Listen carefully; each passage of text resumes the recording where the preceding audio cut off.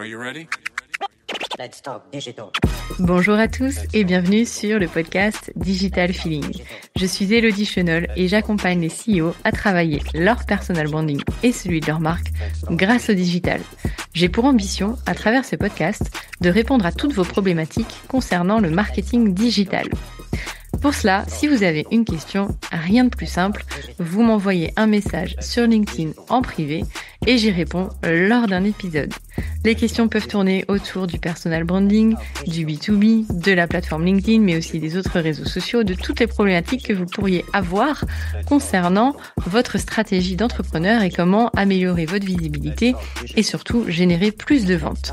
Si je n'ai pas la réponse à votre question, j'irai chercher pour vous les experts du domaine pour vous produire un épisode qui répondra à cette fameuse question. Bonne écoute! Bonjour à tous et bienvenue dans le podcast de Digital Feeling. Je vous remercierai jamais assez de toutes les questions que vous me posez et qui me permettent d'alimenter ce podcast. On va parler de build in public puisque sans vos questions, ce podcast n'existerait pas. Donc merci encore de jouer le jeu et de m'envoyer vos questions. Je vais terminer cette mini-série avec l'intelligence artificielle, donc 3e épisode sur le thème avec les outils que j'utilise assez régulièrement.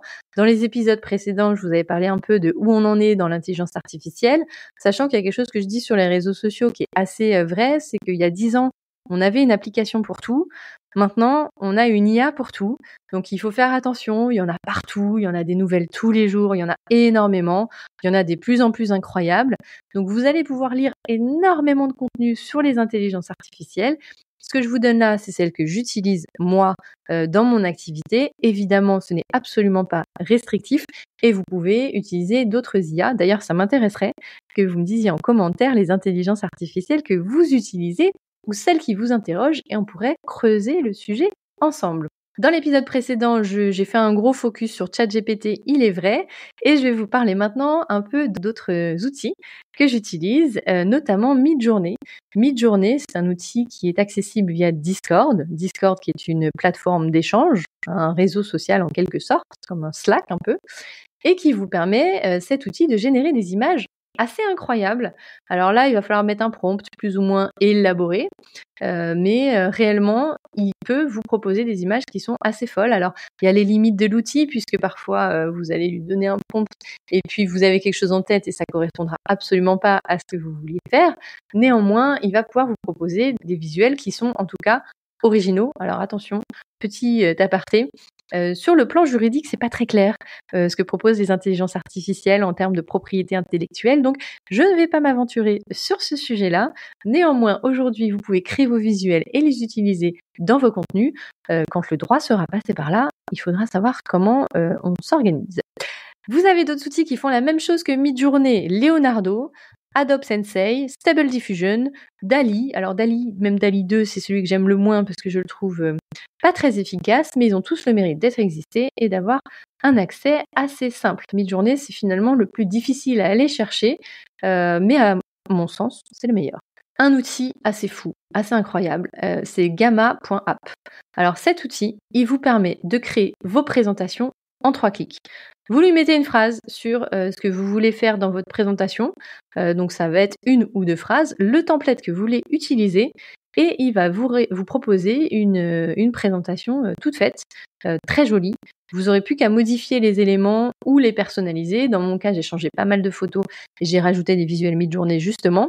Mais c'est assez incroyable. Et donc, si vous n'êtes pas très bon en PowerPoint, si Canva, c'est pas votre ami, Gamma, vraiment, ça peut changer la donne et ça peut vous permettre d'avoir des super présentations en quelques clics. Vous avez d'autres outils qui font peu ou prou la même chose. Vous avez Tom, Slide AI, IA Presenter, vous avez PowerPoint Present AI, je l'ai pas testé celui-ci, et évidemment vous avez Canva et notamment qui fait un peu la même chose avec son écriture magique.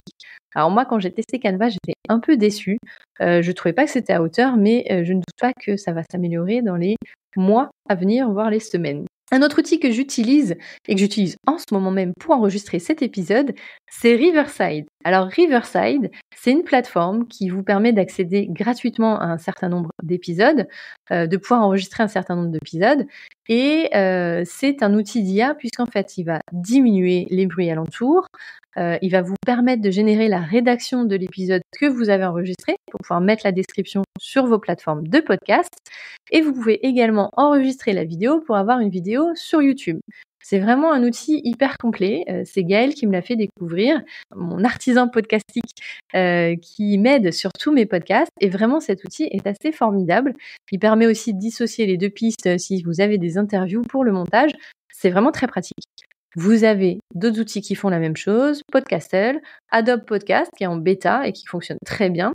Et puis pour du speech to text, donc pour un enregistrement et vous voulez du texte, vous avez Descript, Speech Text AI ou Cookatoo qui vous permettent d'avoir le texte de votre épisode et de pouvoir rédiger votre article. Taplio, je vous en ai parlé dans l'épisode sur la création de contenu. C'est un outil de planification, mais qui repose sur l'IA.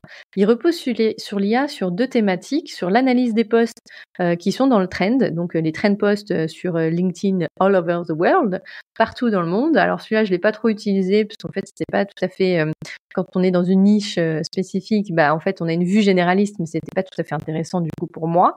En revanche, ce qui était intéressant, c'était la rédaction de posts en fonction. Donc, vous remplissez quelques cases, vous donnez des informations et il va vous générer des posts en fonction de ce que vous proposez comme service, comme quelles sont vos intentions, etc. Et des fois, il y a des choses qui sont vraiment assez intéressantes. Et évidemment, l'outil de planification qui est super pratique et qui vous permet d'avoir une vision globale sur vos posts et sur votre contenu éditorial. Donc c'est un outil que j'aime beaucoup, que j'utilise pas assez, en tout cas pas dans tout ce qu'il propose, mais qui a le mérite d'exister. C'est pas un outil gratuit celui-ci, mais il peut permettre de vous faire vraiment beaucoup de choses. Alors des outils qui font la même chose, vous avez Agorapulse, Hootsuite, Buffer, Schedule.io. C'est des outils qui intègrent de l'IA, mais qui, à mon sens, ne sont pas encore au niveau de ce que propose Taplio. À suivre, de toute façon, ça évolue très très vite. Un autre outil que j'adore, c'est CapCut. CapCut, c'est pour le montage vidéo.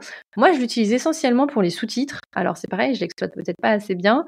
Moi, je prémonte toutes mes vidéos sur eMovie. Après, je les mets sur CapCut pour avoir les sous-titres et après, seulement je les produis.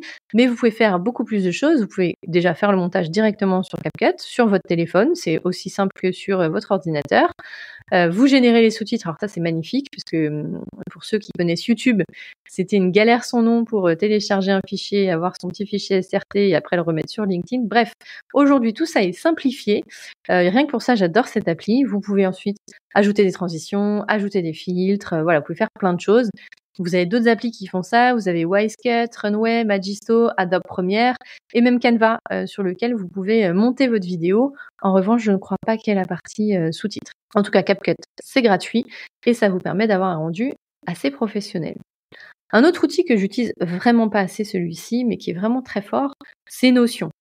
Notion, c'est un outil qui vous permet en fait d'avoir tous vos fichiers au même endroit. On le présente souvent comme son deuxième cerveau.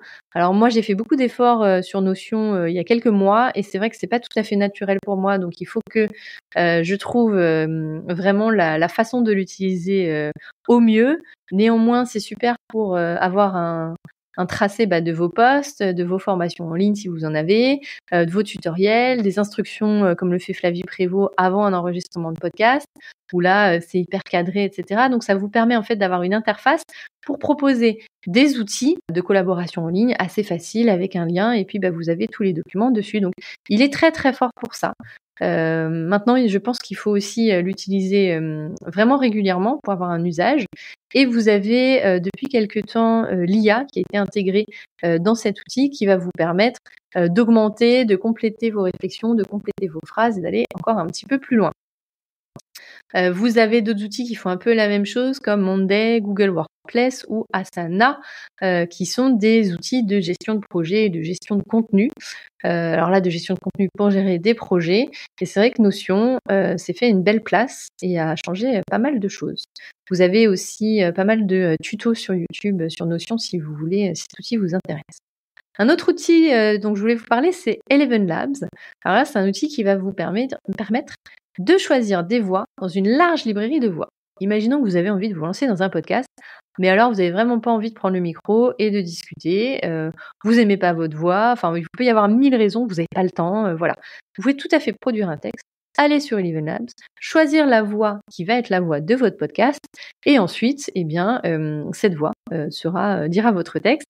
Alors bien sûr, il y a des petits ratés parfois. Moi, j'ai dû faire le test 3-4 fois avant d'avoir un rendu qui me convenait, parce que la voix en fin de phrase partait sur de l'espagnol ou un accent anglais, américain, enfin bref.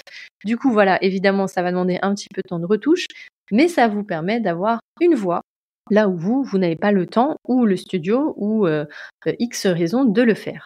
Vous avez d'autres outils qui font la même chose, vous avez Flickr, Murf ou encore Synthesia. Ça peut être le cas aussi pour des vidéos. Un autre outil qui fait la même chose pour les voix et qui peut faire parler une image, un avatar, une photo, c'est DID. Alors là, vous allez générer des vidéos à partir de texte. Vous définissez votre style, vous créez un avatar, donc soit comme moi vous le créez avant sur Midjourney, soit vous le créez directement via DID. Vous choisissez votre avatar, vous pouvez uploader un avatar donc sur Midjourney ou Leonardo, et puis vous allez uploader votre voix, si vous l'avez fait sur Eleven Labs par exemple. Donc sur Eleven Labs, j'ai cloné ma voix.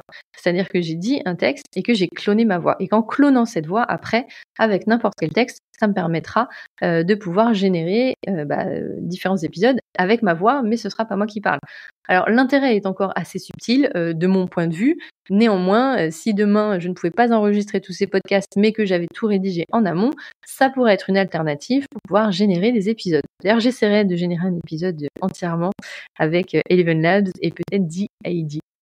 Voilà, DID, donc vous générez une vidéo avec votre voix, avec votre avatar ou une photo, et ça vous permet, ça c'est dingue en fait, je vous invite à faire le test, c'est assez fou. Vous avez Synthesia, vous avez Lumen 5, alors on doit dire Lumen 5 j'imagine, Design AA, et un nouveau qui vient de sortir et qui est très tendance, HeyGen, qui là vous permet de définir votre langage naturel et de le traduire dans les langues que vous voulez avec un rendu vraiment incroyable. Et le dernier pour la route, j'avais envie de vous parler d'Adobe Firefly qui était en version bêta jusqu'à peu et qui a été ajouté à la suite Adobe, qui est un logiciel formidable pour modifier ou créer des visuels. Il est d'une simplicité assez folle et il vous permet vraiment d'avoir des rendus très très pro. Donc là, c'est très différent de Midjourney. C'est plus, en tout cas, vous pouvez générer des images, mais c'est plus dans la retouche d'images qui sera vraiment impressionnant. Il y a des démonstrations qui sont parlantes. Vraiment, c'est un outil que j'affectionne.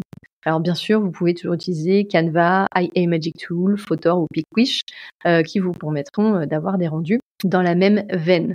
Voilà, j'ai fait le tour de tous les outils, et d'ailleurs j'ai débordé en termes de temps, tous les outils d'intelligence artificielle que j'utilise. J'espère que ça vous sera utile. J'espère que vous avez un meilleur éclaircissement de l'intelligence artificielle, et je vous retrouve bientôt pour un nouvel épisode. Thank you. You're welcome. Let's talk digital. J'espère que ce podcast vous a plu. Si vous avez aimé cet épisode, n'hésitez pas à soutenir le podcast en laissant une note et un avis sur Apple Podcast ou sur vos plateformes d'écoute. Ça me permettra de remonter et de pouvoir partager à d'autres entrepreneurs les réponses que vous vous posez. Merci à tous, à bientôt.